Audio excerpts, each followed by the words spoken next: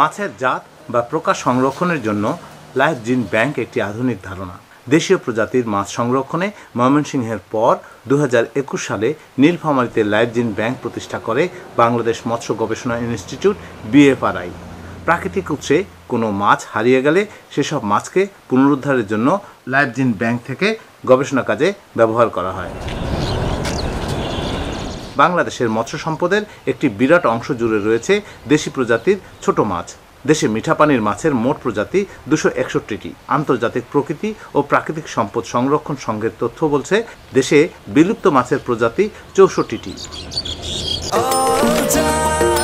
নিশ্চিন্তে খান স্বাস্থ্যকর all time পান, অল টাইম হেলদি লাইফ। ভবিষ্যতে যেন দেশের মাছের সব প্রজাতিকে বিলুপ্তির হাত থেকে রক্ষা করা যায় সে উদ্দেশ্যেই তৈরি করা হয়েছে এই জিন ব্যাংক। প্রতিষ্ঠার পর থেকে এখন পর্যন্ত 62 প্রজাতির মাছ সংরক্ষণ করা হয়েছে এখানে।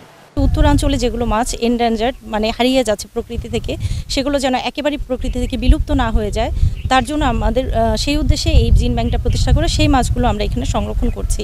অলরেডি 62 প্রজাতি আমরা এখানে প্রজাতির মাছ জিন ব্যাংকে সংরক্ষণ করেছি। আমাদের মাছও যাতে হারিয়ে না যায় এজন্য আমাদের এই দেশীয় মাছের লাইভ জিন ব্যাংক প্রতিষ্ঠা করা হয়েছে, যাতে কখনো কোনো প্রাকৃতিক দুর্যোগে যদি কোনো মাছ হারিয়ে যায় বা হারিয়ে যাওয়ার উপক্রম হয়, তখন আমরা এই জিন ব্যাংক থেকে মাছটা নিয়ে পরবর্তী প্রজন্ম থেকে প্রজন্ম গবেষণা অগ্রগতি করতে পারবো।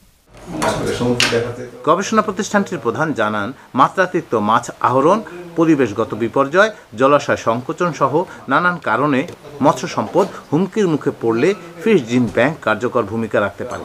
দেশকে মাছের স্বয়ংসম্পূর্ণ রাখতে এবং সুস্বাদু ও পুষ্টিগুণ সম্পন্ন মাছের উৎপাদন বাড়াতে জিন ব্যাংক অত্যন্ত গুরুত্বপূর্ণ অবদান রাখছে। কার্নিভোরাস, কেউ হার্বিভোর, কেউ ডেট্রিভোরস। এখন মাছের এই প্রজাতিগুলো যদি আমরা একটি জিন ব্যাংকে রাখি তাহলে একটি সমস্যা হতে পারে, হার্বিভোর মাছটা যে কার্নিভোর মাছ হয়তো হার্বিভোর মাছকে খেতে পারে। তাই আমরা চিন্তা করতেছি যাতে এই মাছগুলোর তাদের গ্রুপ ভিত্তিক আলাদা আলাদাভাবে আমরা সংরক্ষণ করতে পারি এবং সংরক্ষণ করে যাতে বিলুপ্তের হাত থেকে আমরা রক্ষা করতে পারি, এইটাকে লক্ষ্য রেখেই আমরা এই জিন ব্যাংকের কাজ করতেছি। এটা ভবিষ্যতে ইনশাল্লাহ আশা করি যে মাছগুলো হারিয়ে যাচ্ছে এগুলো আর হারাবে না।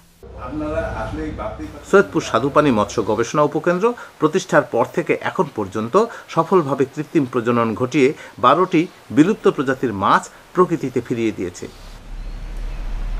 রায়হান সবুক্তগিন, চ্যানেল 24, নীলফামারী।